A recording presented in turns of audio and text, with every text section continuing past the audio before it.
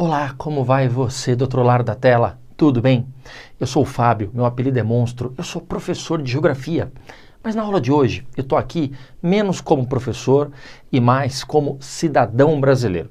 Eu estou aqui para que nós possamos dialogar e esclarecer algumas dúvidas sobre o sistema tributário brasileiro, o sistema de cobrança de impostos no Brasil. Muito comum nós ouvimos, que aqui no Brasil nós pagamos muitos impostos e de fato isso é verdade. Todos de alguma forma, direta ou indiretamente, pagamos muitos impostos no Brasil e há muita crítica sobre se esse valor dos impostos de fato eles retornam em benefícios à sociedade como deveria. A gente precisa discutir isso um pouquinho melhor. É muito comum aquela história, olha, eu pago o IPVA, o imposto sobre veículos automotores. Então, se eu pago o IPVA, as vias públicas, a malha rodoviária, as ruas devem estar em boas condições. Vamos tentar entender se essa afirmação ela é verdadeira, se ela é consistente. Bom, ponto de partida para a gente começar essa conversa é entender o seguinte: todo imposto ele é um tipo de tributo. Então, quando nós falamos de um tributo, é a obrigação, é um encargo obrigatório que todo cidadão, todas as empresas, então toda pessoa física com o CPF, pessoa jurídica com o CNPJ, são obrigados a pagar para o governo em troca de serviços oferecidos à sociedade.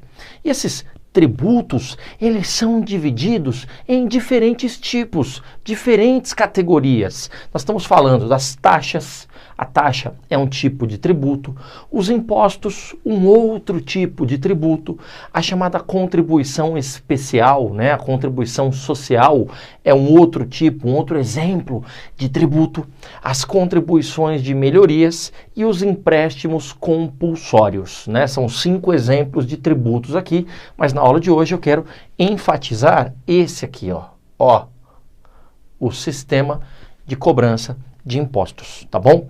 Veja, quando nós falamos dos impostos, a ideia desse modelo é que ele financie a ação geral do Estado, ou seja, significa que o imposto ele não é vinculante, significa que o imposto ele não está associado a uma contrapartida direta do Estado. O Estado ele não tem uma obrigatoriedade de contrapartida direta a partir do valor dos impostos. E aí o indivíduo vai falar assim, mas espera aí, então eu pago imposto para quê?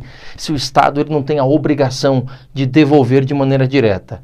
Calma, o que eu estou querendo dizer é que o imposto, para ilustrar a ideia, para que você entenda melhor, o imposto, ao contrário de uma taxa ou de uma contribuição especial social, a contrapartida do Estado ela não é direta. O imposto sobre veículo, ele não é voltado necessariamente para a manutenção de vias públicas. O IPTU, que é o Imposto Predial Territorial Urbano, que é o imposto que você paga sobre a casa que você mora, o apartamento que você mora, ele não é voltado necessariamente para melhorias na sua rua ou no seu bairro.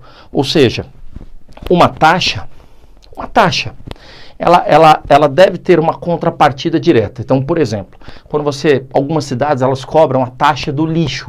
Não todas as cidades, mas algumas cobram a taxa do lixo. Então, quando você paga a taxa do lixo para a prefeitura, em contrapartida, a prefeitura te devolve o serviço de coleta de lixo na sua casa. Percebe? É uma contrapartida direta. Um outro exemplo, para você tirar a sua CNH. Você quer tirar a sua CNH, a sua carteira nacional de habilitação, você quer poder trafegar e dirigir tranquilamente por aí. Então, para você tirar a sua CNH, você paga uma taxa para o Estado. E o Estado te entrega a sua CNH depois de toda a burocracia e todos os procedimentos necessários. Você paga essa taxa e em volta o Estado ele te devolve a CNH. Você percebe? A contrapartida ela é direta. No caso de uma contribuição especial, o caso clássico para nós aqui é do INSS, o Instituto Nacional de Seguridade Social. Para todos os trabalhadores nesse país com carteira de trabalho assinada, é deduzido lá no Olerite, todo fim do mês, do salário do trabalhador com carteira de trabalho, é deduzido um valor, um desconto no salário, que é a contribuição para o INSS. Essa contribuição não é para pagar exatamente a aposentadoria dele. Então, imagina eu, Fábio, eu trabalho para uma empresa X, tudo bem? E aí é descontado do meu salário todo mês uma contribuição social para o INSS. Veja, esse dinheiro ele não é voltado para o pagamento da minha aposentadoria. Ele é voltado para o pagamento de todos os aposentados, de todos os pensionistas. Mas, ao pagar essa contribuição, automaticamente eu passo a ter direito sobre a aposentadoria no futuro se eu continuar contribuindo dentro de um período mínimo estabelecido pelo Estado. Então, há uma contrapartida direta. Eu pago o INSS para ter direito à aposentadoria. Eu pago a taxa sobre a CNH para ter direito à carteira de trânsito. Eu pago a taxa sobre o lixo para ter direito à coleta de lixo no Brasil. Ou na minha rua, perdão, na minha casa. O imposto, ele não tem essa contrapartida direta. Significa dizer o seguinte, que quem define o que é feito com o valor dos impostos é diretamente o poder executivo, seja o prefeito, o executivo municipal, os governadores e o presidente. Então, fica a cargo do executivo como esse dinheiro, essa verba, esse dinheiro do imposto ele vai ser remanejado, vai ser direcionado. Como eu disse, ele é direcionado para financiar a ação geral do Estado. Então, a partir do dinheiro dos impostos, são pagos, por exemplo, os funcionários públicos. Esse dinheiro é custeado para a segurança pública, ele é utilizado para financiar a segurança pública.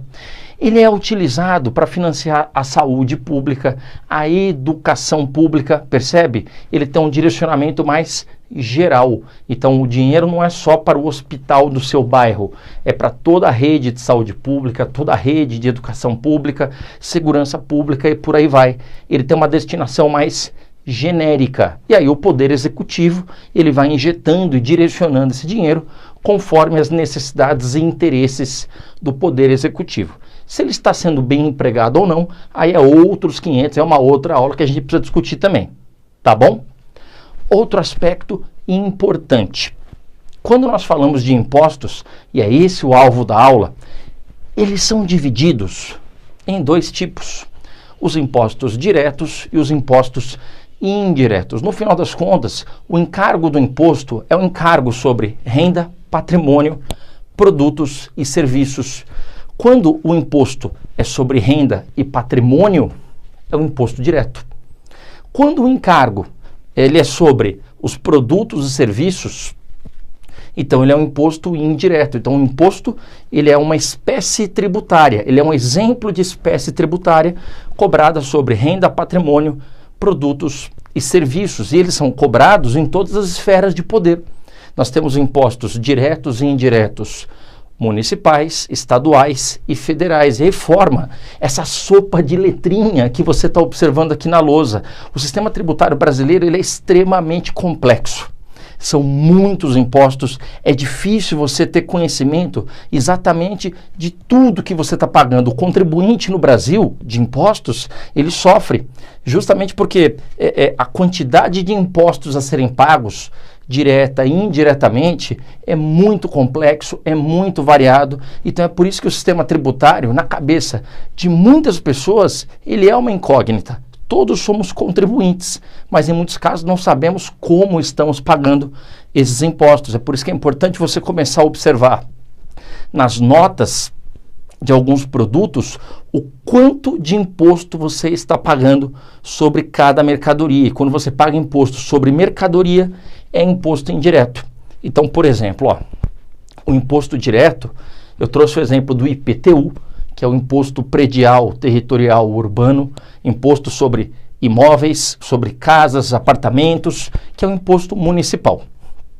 Imposto estadual, nós temos o imposto sobre veículos automotores, sobre carros, motocicletas, que é o imposto direto estadual, é um patrimônio.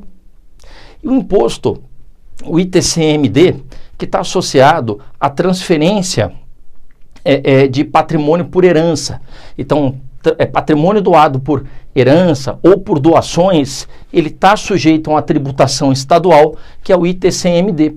E o mais famoso dos impostos diretos, tem muita gente que reclama, você que está assistindo essa videoaula, ou seu pai, a sua mãe, com certeza reclamam muito, o imposto de renda. O imposto de renda é o imposto diretamente sobre a renda do indivíduo, que é o imposto federal, tá bom? Esse aqui vale a pena frisar o seguinte, esse imposto, turma, ele é um imposto que ataca diretamente ou de maneira mais frontal, mais direta, justamente os brasileiros que têm mais renda. Então, quem tem mais renda e mais patrimônio sofre mais para pagar esse tipo de imposto. O problema é que no Brasil, esse imposto ele não é majoritário. No Brasil, predomina esse tipo de imposto aqui. É por isso que eu falei para vocês lá no começo da aula que todos nós somos contribuintes. Ora, se somos consumidores de produtos, de mercadorias e serviços, então todos nós pagamos impostos de maneira indireta, seja o imposto municipal, estadual e federal. Então, por exemplo, você pega o ITBI, que é o imposto sobre transferência de bens imóveis. Quando você vai transferir um apartamento, uma casa, um imóvel para outra pessoa, você paga o ITBI. O ISS, que é o imposto sobre serviços, é um imposto gigantesco sobre toda a prestação de serviços. O famoso ICMS, imposto sobre circulação de mercadorias e serviços. Então, desde uma lata de refrigerante até um automóvel, um computador, o celular, ele paga o ICMS. Esse é um dos impostos que mais contribuem para o encarecimento das mercadorias. E os impostos federais, o imposto sobre importação, o imposto sobre exportação e o famoso IPI, o imposto sobre produtos industrializados. Esse aqui, ele pune quem tem mais renda e patrimônio. Esse aqui, ele pune todos os contribuintes. Veja, se você comparar o modelo tributário dos países desenvolvidos, aqui eu vou trabalhar com Estados Unidos, Canadá, Alemanha e Reino Unido. Se você trabalhar com esses 4 exemplos de países desenvolvidos, em todos eles, a quantidade de impostos diretos cobrados é maior do que dos indiretos. Então, o chamado mundo desenvolvido, com mais renda, com mais patrimônio, se cobra muito mais esse tipo de imposto aqui.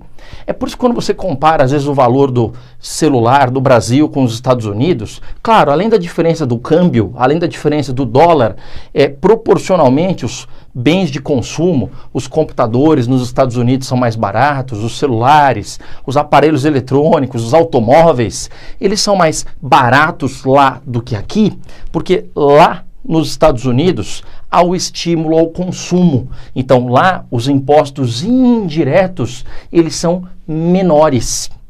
Aqui no Brasil, os impostos indiretos são os mais altos. Então em países, eu vou repetir, como Estados Unidos, Canadá, Alemanha e Reino Unido, veja, a carga tributária ela é maior sobre renda e patrimônio. Os impostos diretos são cobrados num percentual maior.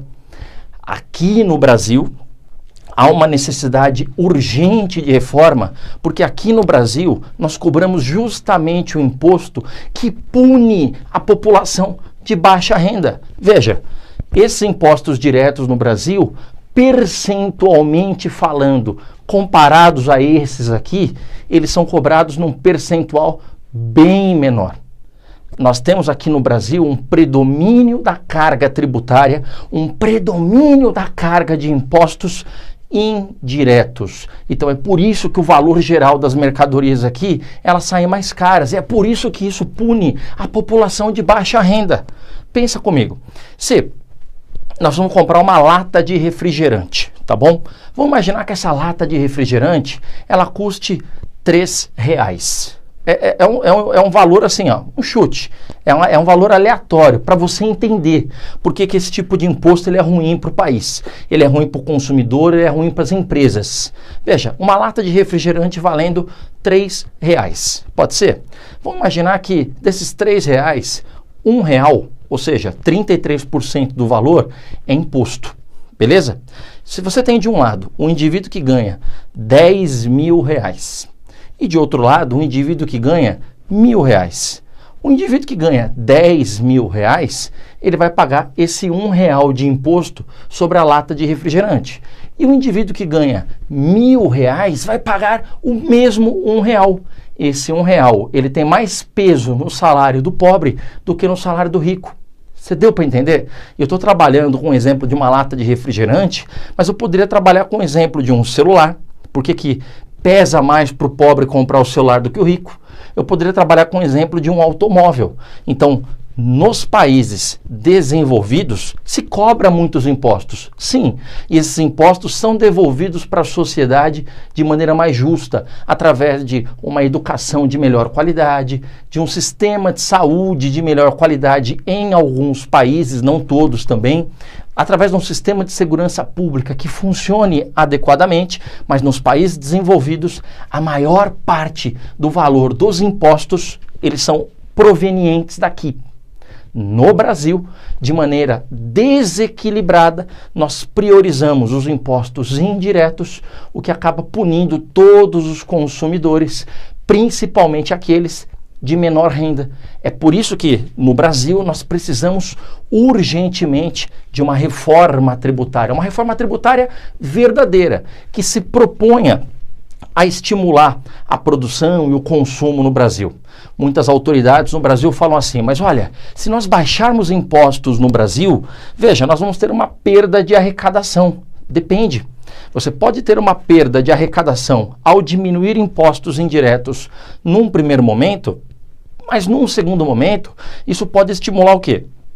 Consumo. Por exemplo, uma fábrica, quando ela vai comprar uma máquina, um equipamento, ela paga impostos indiretos muito altos. As fábricas podem comprar mais máquinas, mais equipamentos, podem produzir mais, os produtos vão ser produtos mais baratos, e isso gera o quê? Uma cadeia de consumo, um estímulo ao consumo. Então, se as pessoas consomem em maior quantidade, mesmo com uma taxa menor ou um imposto menor, isso pode gerar maior arrecadação por parte do Estado.